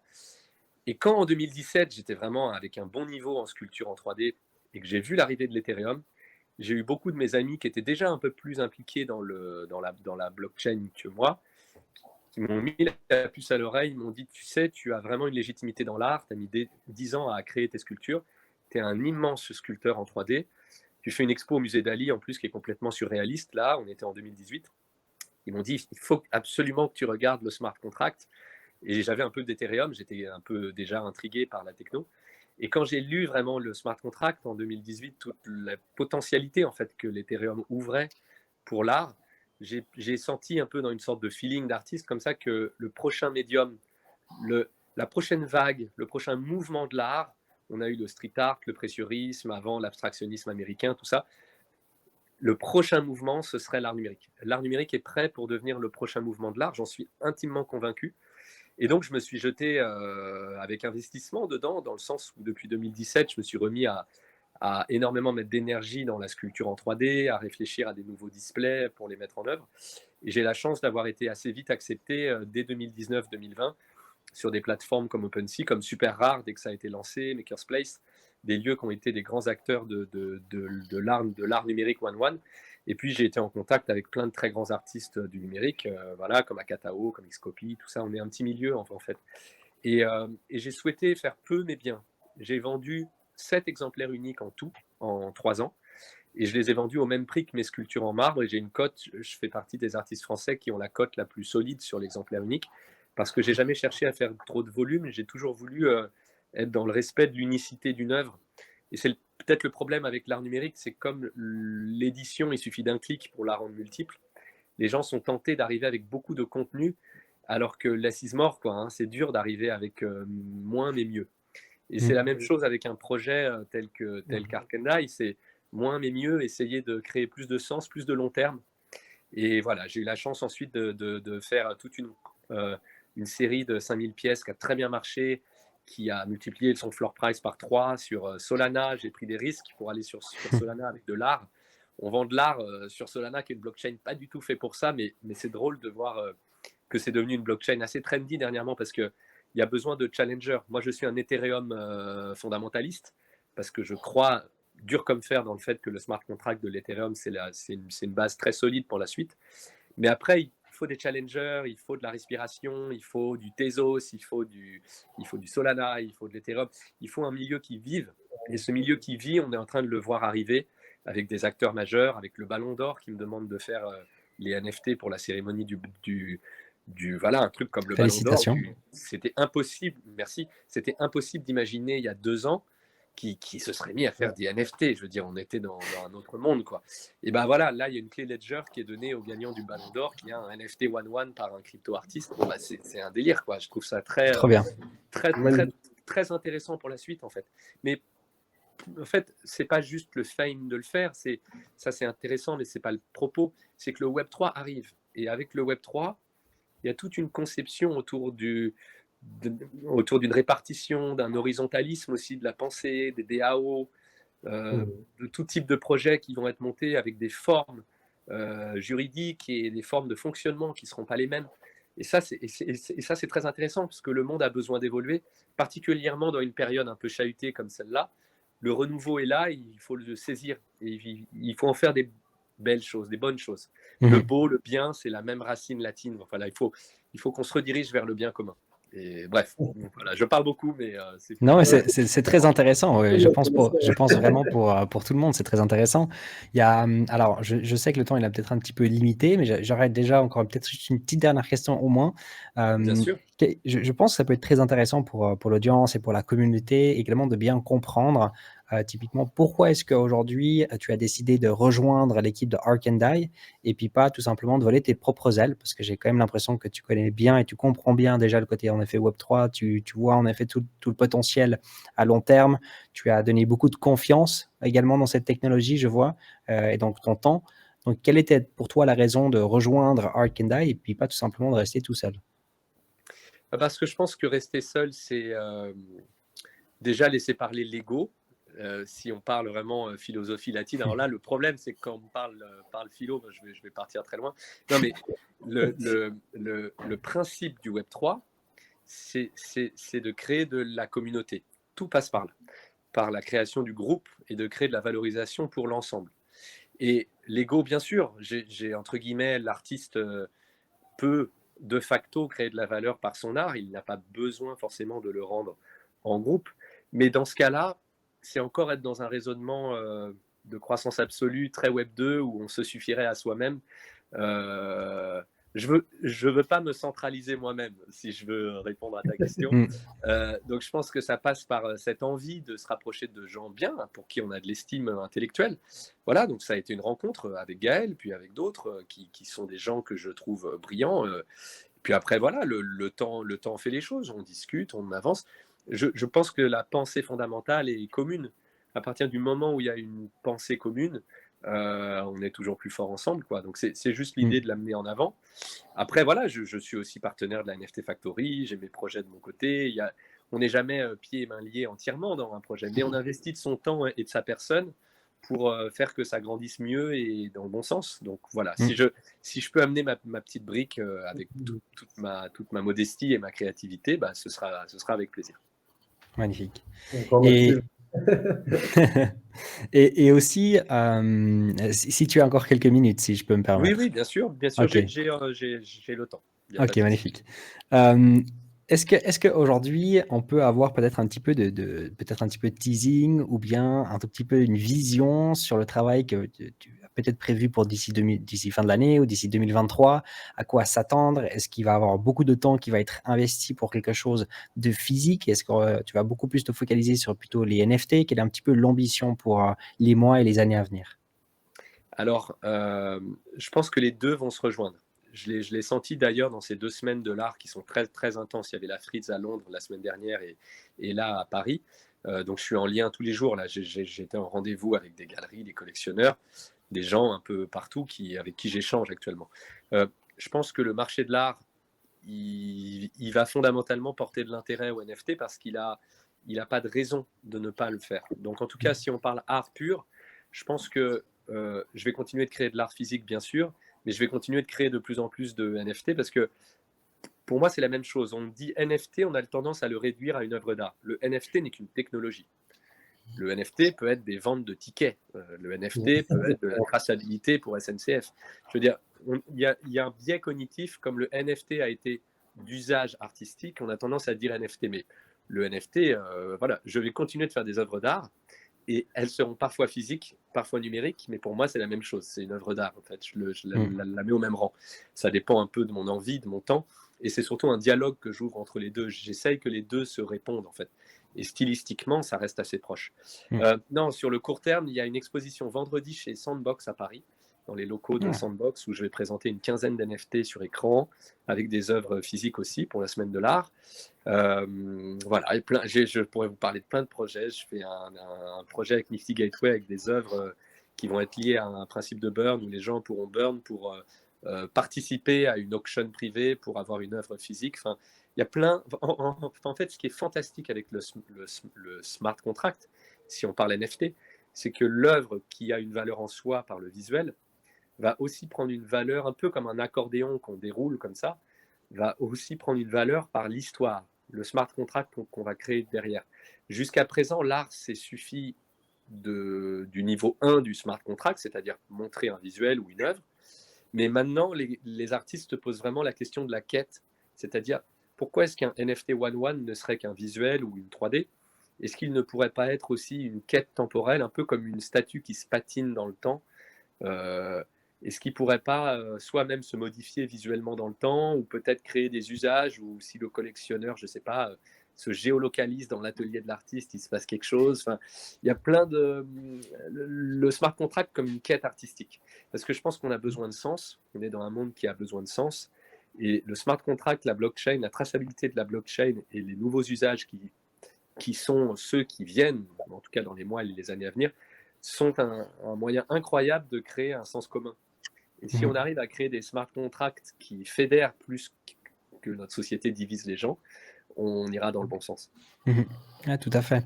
C'est très intéressant. Puis, enfin, moi, j'ai aussi une vision à long terme aussi, typiquement avec le milieu en effet des NFT. Si demain, en effet, quelqu'un possède peut-être un jour un NFT de Léo Caillard, est-ce qu'il aura peut-être accès au prochain événement ou à tous les prochains événements en effet où il y aura des présentations sans devoir payer le ticket par exemple d'entrée?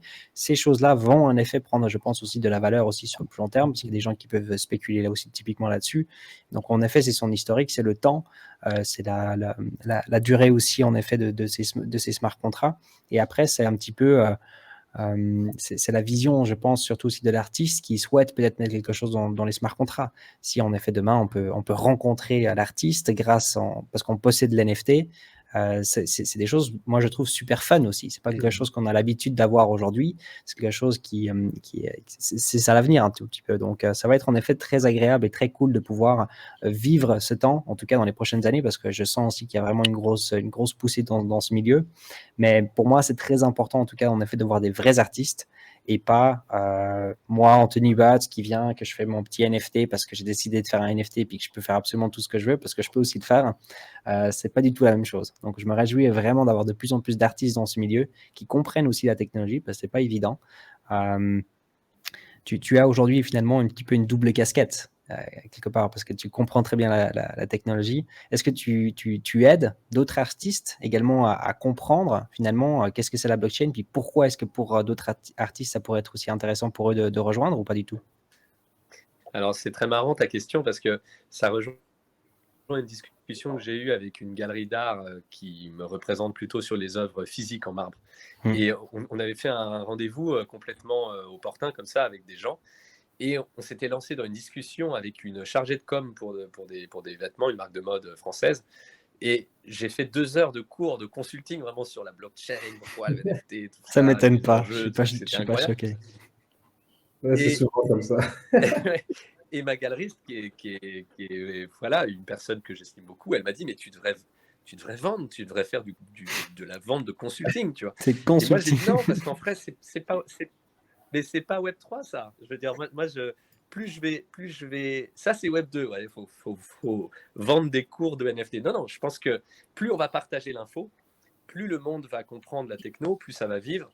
On est vraiment un peu comme l'Internet dans les années 2000. Moi, je fais beaucoup d'analogies avec ce qui s'est passé avec le dernier bull run, là, celui de 2021, et la bulle Internet de 2000. Il y a eu un mouvement de FOMO incroyable. Tout le monde s'est jeté dedans, un peu comme d'habitude sur les marchés, trop vite. Mais maintenant, les institutions, les vrais sont là. Les gens disent que c'est redescendu. Il faut bien voir que l'Ethereum est 12 fois plus haut qu'avant le bull run. En début 2020, on était à 100 et quelques dollars, on est à Bien plus de sûr. 1200. Donc, Ouais, ça, on a une multiplication par 10 du volume, alors qu'on est en train d'arriver vers le bottom, qui est peut-être un peu plus bas, mais qui est quand même clairement solide par rapport à ce qui se passe sur le Nasdaq ou autre. Donc moi, je suis extrêmement confiant de voir tous les jours dans mes discussions de l'intérêt grandissant. Et oui, j'ai un peu une double casquette, parce que je suis un passionné dans tout ce que je fais, je m'investis beaucoup. Donc c'est vrai que comme j'y vois une porte artistique incroyable, parce que l'art à la base, c'est quelque chose de social. L'art dans l'Antiquité, c'était des statues qui appartenaient à tout le monde, qu'on mettait sur les places publiques, qui étaient habillés, on leur faisait boire du vin pendant les fêtes de Bacchus. Enfin, il y avait tout un délire social, quoi. Ça appartient aux gens. Non, mais c'est vrai, c'était des objets complètement fantasmés, quoi. Et dans le NFT, il y a cette notion de création de communauté, d'art participatif, d'interaction, d'usage, d'utilité, tout ça, qui sont des choses qui sont fantastiques parce qu'elles ouvrent la porte à tellement de choses. On est vraiment dans la même étape que l'Internet en 2000, où l'Internet, avant les années 2000, c'est un milieu de niche, où à part quelques experts et quelques entreprises, personne vraiment comprenait ce que c'était d'autre qu'envoyer un email, quoi. Et quand on a commencé à comprendre les usages, le Web 2 est arrivé d'ailleurs assez vite, je pense la même bulle spéculative, on l'a vu d'ailleurs entre 2000 et 2001 avec l'explosion de la bulle Internet. Et les entreprises disaient, j'ai fait un site Internet. Elles prenaient 400% en bourse parce que personne ne savait ce que c'était qu'un site Internet et ça paraissait complètement incroyable. Bon, c'est la même chose qu'en 2021, les gens disaient, j'ai fait un NFT. Alors, tout de suite, c'était une folie. Mais maintenant, les vrais sont là. Ceux qui pensent la techno, qui pensent les usages, qui pensent l'humanisme qui va derrière et tout ce qu'on peut en faire. Donc oui, j'ai cette double casquette d'être très proactif là-dedans. de faire beaucoup de rencontres avec des gens, des interviews, des choses comme ça, et ça me plaît. Demain matin, je suis avec John Carp à la NFT Morning aussi pour discuter voilà, de plein de trucs. Donc, Bonjour j'arrête à pas, tous. faut que c'est super intéressant. Bon, Intéressant. ouais, en tout cas, bravo, parce que c'est une très, très, très belle aventure, je pense. Tu vis en effet un moment assez extraordinaire, mais c'est surtout, je pense, grâce à ton travail et tout ce que tu as fait depuis la fin de l'école Gobelin, ça s'appelle? Je connais pas, je suis désolé, c'est ça? En 2007? Oui, non, non, je t'en prie. Les Gobelins, c'est très intéressant. C'est pour ça qu'il y a, je pense, toute une scène d'art numérique très forte en France. Les Gobelins est une des écoles qui forme le plus d'animateurs 3D pour Pixar, DreamWorks. Très, très, très grande école voilà, de digital art, je vais dire. Et on a la chance à Paris d'avoir vraiment un vivier de jeunes tous les ans qui sortent, qui sont excellents en création numérique grâce à des écoles comme ça. Très intéressant. Ok, je vais aller faire un petit tour. Je me suis permis du coup de poser beaucoup de questions, mais je vais peut-être quand même laisser la parole aussi à Jean-Marc Kigal. Si d'un coup ils ont une petite question, est-ce que vous voulez poser quelque chose voilà, à Je Léo? pense que ça a été très complet, très profond, très bien exprimé aussi, hein. C'est toujours comme ça avec Léo. Moi, j'adore l'écouter. Un vrai passionné, quelqu'un de très intelligent, de brillant. Ouais. Donc, encore merci de rejoindre Arcane Team. On va bosser dur et on va amener le projet de fil en aiguille là où il a sa place, là où il brillera le plus. Et en parallèle, j'aimerais revenir juste sur une chose que tu as brièvement dite, c'est vraiment le NFT en tant que tel, c'est une technologie.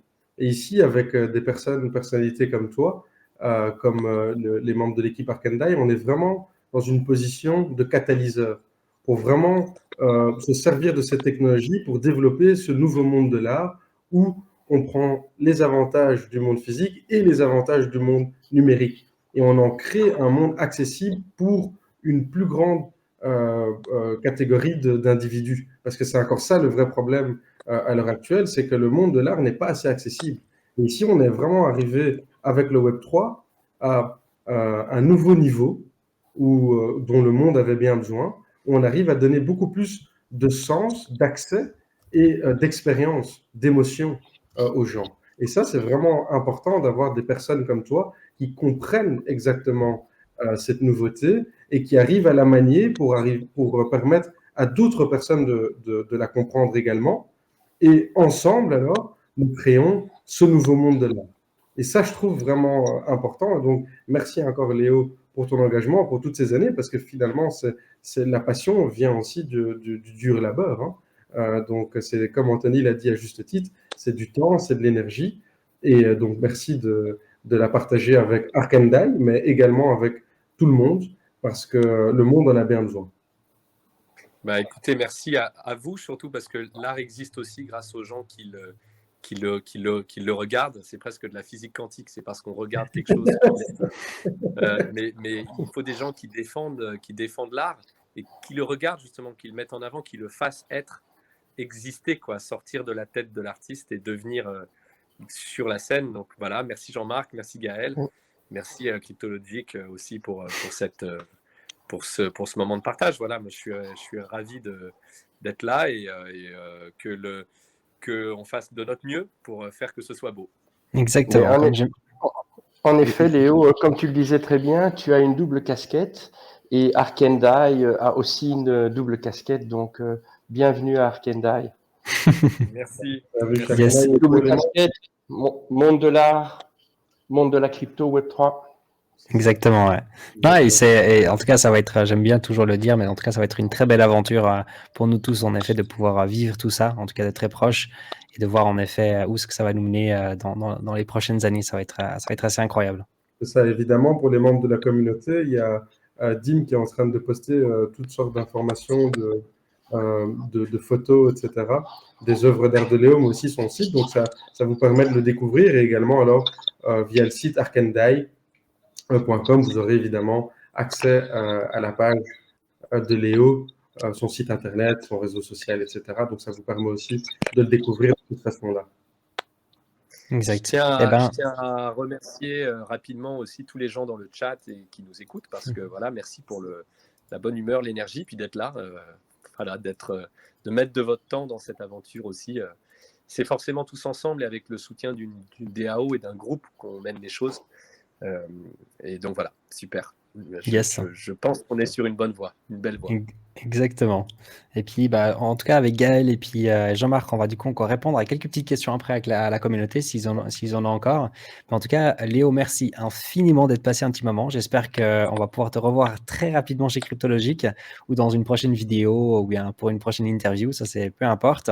C'était un pur plaisir. Et puis, je te souhaite en tout cas tout courage avec tout le reste. Et puis, à tout bientôt. Avec grand plaisir. Merci à tous. Merci. Salut Léo. Merci. Ouais. Magnifique. En tout cas, c'était vraiment super intéressant. C'est une personne qui est extrêmement passionnée. Ça se ressent tout de suite de la manière, en effet, qu'il communique. Donc, ça fait clairement plaisir. J'espère que ça a plu également à toutes les personnes qui suivent le projet d'Ark and Die, pardon, je perds mes mots. De voir en effet Léo Caillard qui rejoint l'équipe, franchement, c'est magnifique. On voit que ça fait que de grandir. Donc, même durant ces moments difficiles, il n'y a pas d'excuses. On peut toujours travailler, on peut toujours en effet trouver de très belles personnes. Et puis ça va vraiment être cool. Donc, bravo à tout le monde d'avoir réussi à créer tout ça. Et puis, on va voir du coup sur le long terme maintenant tous les avancées en tout cas.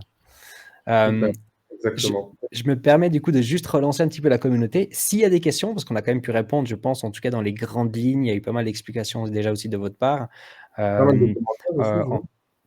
En effet, sur déjà l'avancée de Ark and Die et puis sur les semaines et les mois à venir, quels sont un petit peu les objectifs.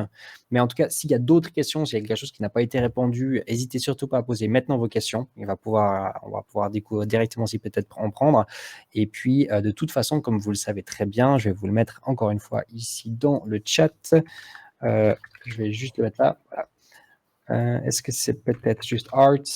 Voilà.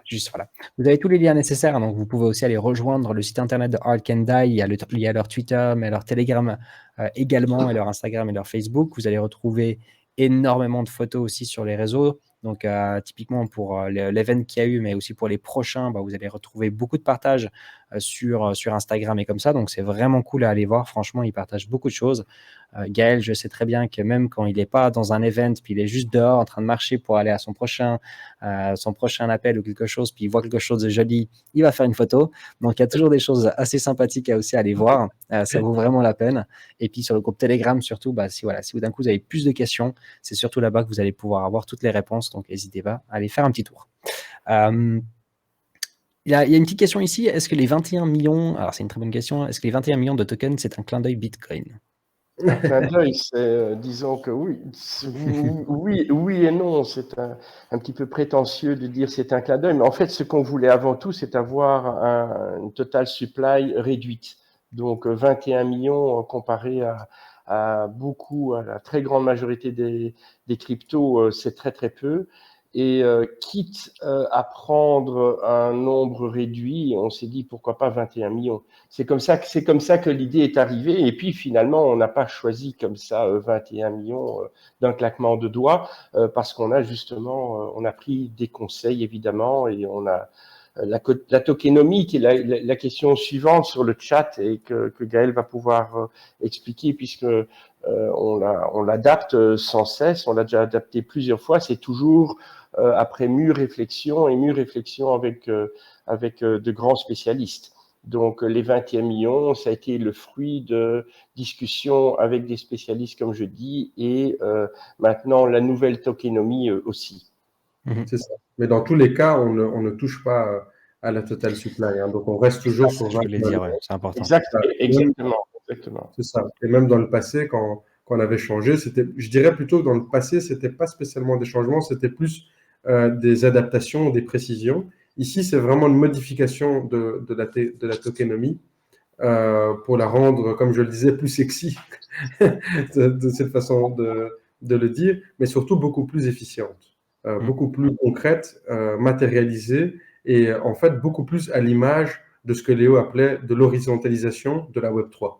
Et donc, on a précisé des choses comme par exemple les périodes de vesting sont précisées, le cliff en ce qui concerne la team, les advisors, etc. Donc, ça permet en fait, si vous voulez, dans le white paper précédent, avant la mise à jour, les tokenomics, c'était plutôt présentés de façon générale.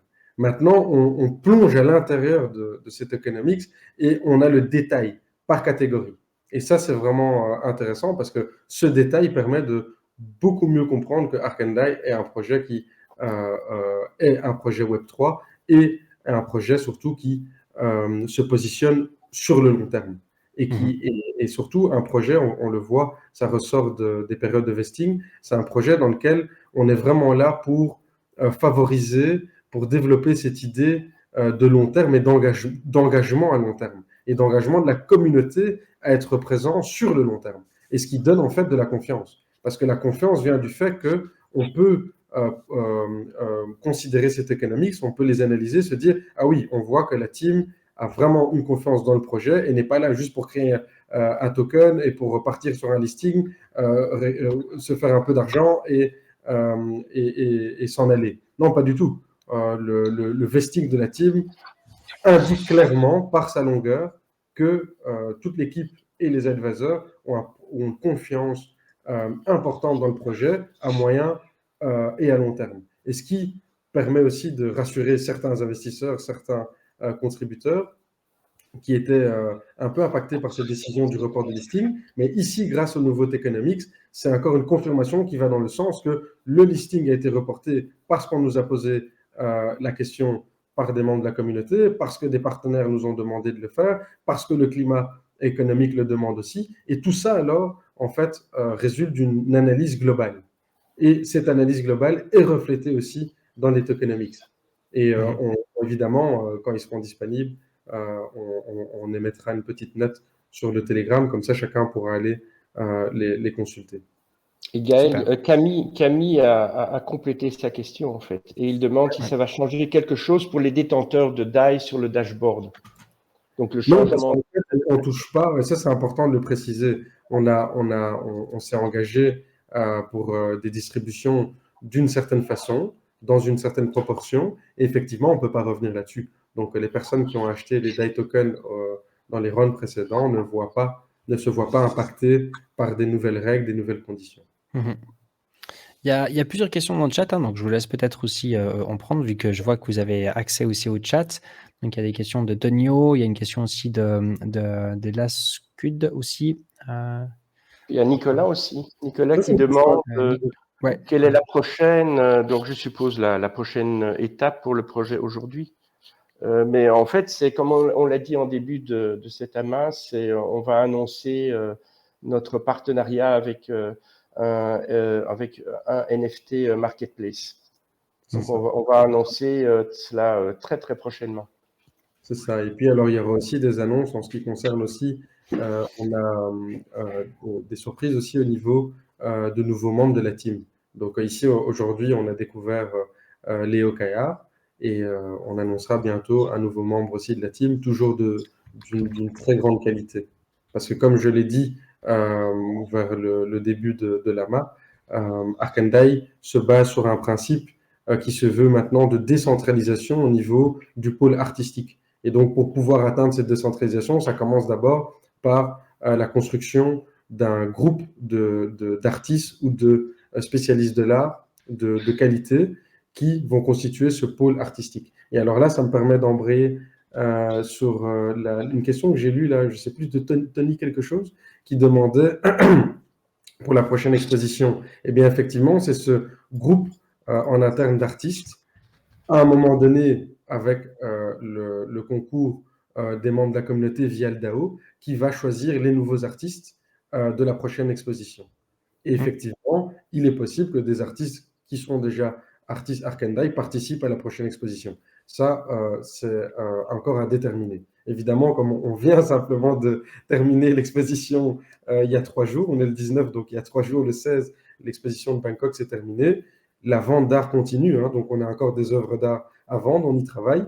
On est toujours en collaboration avec les artistes existants Arcandai. Et effectivement, il sera question de discuter avec eux, de voir quel terrain d'entendre pour la prochaine exposition, puisque les expositions Arcandai généralement gravitent aussi autour d'un certain thème. Et effectivement, les artistes ont toujours le choix, hein, ils sont libres de choisir si oui ou non ils veulent s'associer à ce thème, ou si parfois, ce n'est pas simplement question de décider si oui ou non, c'est aussi de se sentir apte à produire quelque chose qui parle à l'artiste. Puisque comme Jean-Marc l'a précisé précédemment, Arkandai, nous demandons aux artistes de produire de l'art authentique, unique et, on va dire, non encore créé par l'artiste.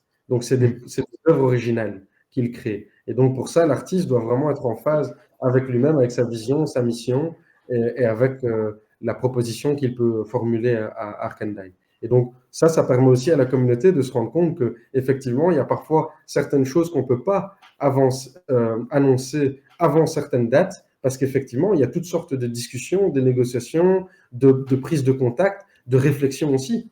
Imaginez un peu quand certains nous disent oh, plus de nouvelles. Bah, déjà, on donne quand même assez souvent des nouvelles, comparé à d'autres projets, je le sais. Mais en plus de ça, parfois, c'est question de réflexion. Par exemple, quand on est en train de réviser les tokenomics, effectivement, on ne va pas tout d'un coup annoncer à la team, vous voyez, on est en train de réviser les tokenomics. Il faut laisser le temps qu'il y ait des prises de décision, des rencontres, des réflexions. Pour la réflexion, il faut aussi parfois laisser du temps, comme Léo l'a dit, des projets stables et efficients, des projets solides à long terme ne se produisent pas en 3 jours ou en 3 semaines ou en 3 mois. Ça met généralement 2-3 ans. Et donc, c'est pour ça qu'il faut pas, il faut toujours faire attention. La patience est souvent un bon conseiller en ce qui concerne l'entrepreneuriat. Exactement. Il y a une question ici. Est-ce que la précipitation empêche l'anticipation. Est-ce que la prochaine expo sera composée de nouveaux artistes ou des artistes déjà présents à Bangkok? C'est ça, donc effectivement, il y aura vraisemblablement des nouveaux artistes, parce que le but, c'est de constamment avoir des nouveaux artistes. Et ici, évidemment, Léo était présenté en tant que conseiller art et NFT Arkandai, donc nouveau membre de la team, mais Léo est à part entière un artiste aussi. Et donc, Léo, en fait, est également artiste Arkandai et attend simplement qu'on trouve le bon moment, le bon thème, pour pouvoir produire, par exemple, aussi. Donc là, ça répond déjà à la question. On a, par exemple, Léo Kaya. Et constamment, chaque jour, Jean-Marc peut en témoigner, on reçoit des propositions d'artistes du monde entier qui souhaitent être produits pour produire telle œuvre d'art, telle proposition artistique. Donc, forcément, oui, il y aura des nouveaux artistes. Exactement, et le choix des nouveaux artistes dépendra aussi du choix du lieu de la prochaine exposition. Parce qu'évidemment, par exemple, à Bangkok, on a eu plusieurs artistes thaïs. On est tout à fait ouvert et eux aussi à continuer notre collaboration avec eux. Mais évidemment, la prochaine expo ne sera plus à Bangkok, puisque le but est que les expositions changent de ville à chaque fois. Et donc, on prendra aussi évidemment des artistes locaux issus de la ville où sera organisée la prochaine expo. C'est ça. Il y a une question sur le merch, parce que c'est vrai que ces polos sont quand même très beaux. Est-ce qu'il y a un merch qui va se mettre, qui sera opérationnel peut-être un jour?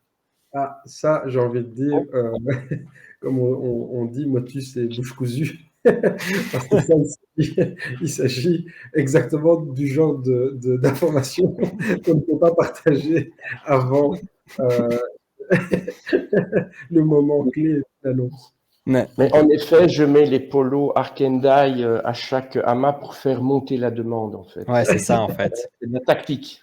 C'est la technique. En fait, à chaque fois qu'il y a une vidéo, en fait, le prix il augmente aussi. Donc, on sait que quand les polos vont sortir, ils seront très chers. Voilà, exactement.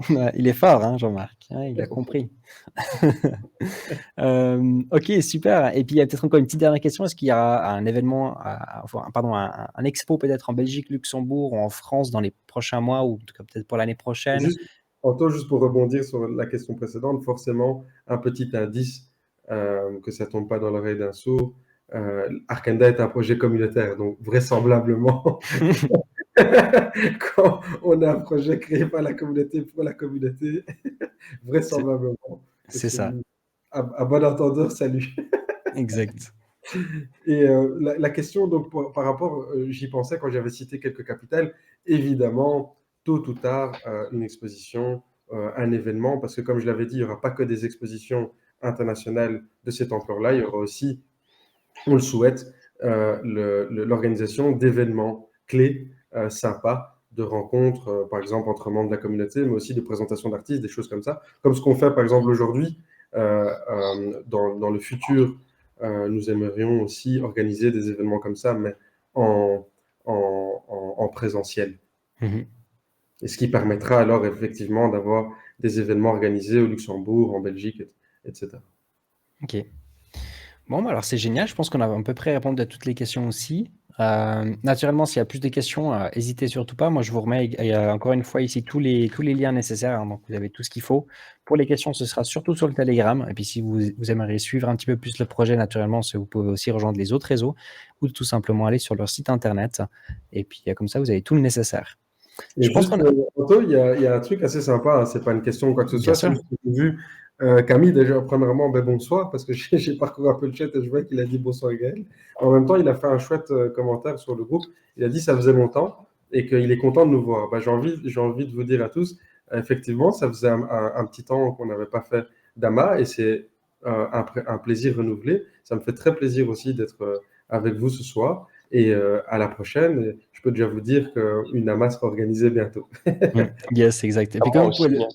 Ouais. Beaucoup de plaisir à moi aussi, bien sûr. Ah bah, nous, vous pouvez toujours passer chez Cryptologique, ça vous le savez. Mais comme vous pouvez quand même voir, il n'y a pas eu une seule fois où Gaël, il n'est pas bien sapé. Et ça, c'est quand même hallucinant. Il est toujours costard cravate, normalement. Là, il n'a même pas la cravate, c'est un petit peu spécial. Il est en mode vraiment détente ce soir. Et Jean-Marc toujours avec son joli polo, justement, pour Ark and Die. Toujours parfait. Donc, bravo pour ça. La régularité est très importante aussi. C'est clair. Non, c'est super. En tout cas, bravo à vous tous pour le taf. Et puis, merci infiniment d'être passé ce soir. J'espère que cette MA a pu répondre aussi à pas mal de questions pour la communauté surtout. Naturellement, pour les personnes qui n'ont peut-être pas pu tout écouter, il y aura une rediff directement après la fin du live. Et puis, on va sûrement aussi le partager sûrement sur YouTube. Donc, comme ça, pour toutes les personnes qui sont peut-être sur Telegram, pourront aussi la revoir après coup. Important, il y avait des membres qui ont demandé ce qu'il y avait une rediff parce qu'ils n'étaient pas Tout à fait, exactement. Sur Twitch, il y aura tout de suite et puis on va peut-être essayer de le mettre d'ici vendredi ou plus tard également sur YouTube. Donc, il y aura de toute façon tout le nécessaire. Puis comme ça, également, les gens qui ont peut-être loupé l'invité surprise, donc Léo Caillard qui est venu ce soir, qui est une nouvelle personne également dans l'équipe de Ark and Die, vous allez pouvoir également le suivre et puis écouter un petit peu ce qu'il a partagé. Il s'est présenté, puis c'est une personne vraiment passionnée. Ça vaut vraiment la peine d'aller voir si vous n'avez pas déjà vu. Comme ici, je vois Crypto Trading et si je suis arrivé en retard, il faudra pas hésiter en tout cas à les revoir. Et puis sur ce, Jean-Marc et Gaël, moi je vous souhaite une excellente soirée. Jean-Marc, il est déjà très tard en plus chez toi, donc merci beaucoup d'être resté réveillé autant tôt. C'était un plaisir et peut-être une suggestion pour le merch, comme chez moi il est 2h49, on pourrait peut-être faire des pyjamas aussi avec. C'est pas mal. Comme ça, tu peux directement aller au lit après les MAs.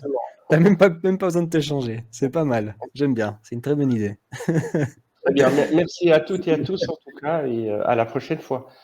Une excellente soirée à vous. Merci infiniment. Merci. Bye. Bye. Super cool les gars. J'espère que ça vous a plu. Pour moi, comme d'habitude, c'est toujours un plaisir d'avoir l'équipe de Ark and Die qui vient nous rejoindre. C'était très intéressant. Et puis avec l'invité surprise, on a fait de Léo Caillard qui était vraiment la classe. C'est la première fois que j'ai pu le parler aussi. Alors, je savais qui était l'invité surprise, mais c'est la première fois que je le parle et franchement, c'était vraiment excellent. Donc, une personne vraiment passionnée, ça se ressent tout de suite. Et puis voilà. Donc, c'est cool. J'espère que ça vous a plu. Vous avez pu quand même apprendre quelques petites choses. Et puis voilà, si vous avez plus de questions, n'hésitez pas. Vous pouvez toujours rejoindre sur le Discord. J'essaie si vous me taguez, je peux peut-être y répondre. Et puis sinon, sur leur Telegram, naturellement, comme d'habitude. Alors voilà, les amis, moi, je vais vous laisser parce que j'ai encore du travail ce soir. Je ne vais pas faire trop long non plus avec le live. Et puis, comme ça, on peut aller faire un petit coucou peut-être chez quelqu'un qui est en plein live. On peut aller donner un petit peu de soutien peut-être chez Crypto Future. Je vois que c'est l'une des seules personnes qui est actuellement en live dans la crypto. Donc, pourquoi pas aller donner un tout petit peu de soutien par là-bas? Vous en pensez, les amis? Il y a des vidéos Ishimoku à regarder. Ah ouais, voilà. Après, il y a un raid peut-être dans le Radio Logique ou bien un raid en effet sur les vidéos Ishimoku.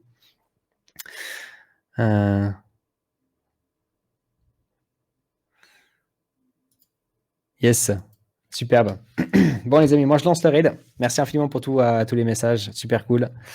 Je souhaite une excellente soirée à toutes les personnes qui sont déjà en train de partir. Naturellement, comme vous le savez, hein, les amis, quand on arrive chez Crypto Future, respect avant tout, vous représentez la communauté de chez Cryptologique. Plein de crypto-love dans le chat, c'est gratuit et ça donne beaucoup d'énergie. Et puis sur ce, moi les amis, je vous souhaite encore une fois une bonne soirée et puis on se retrouve sûrement demain ou après-demain. Ciao, ciao tout le monde.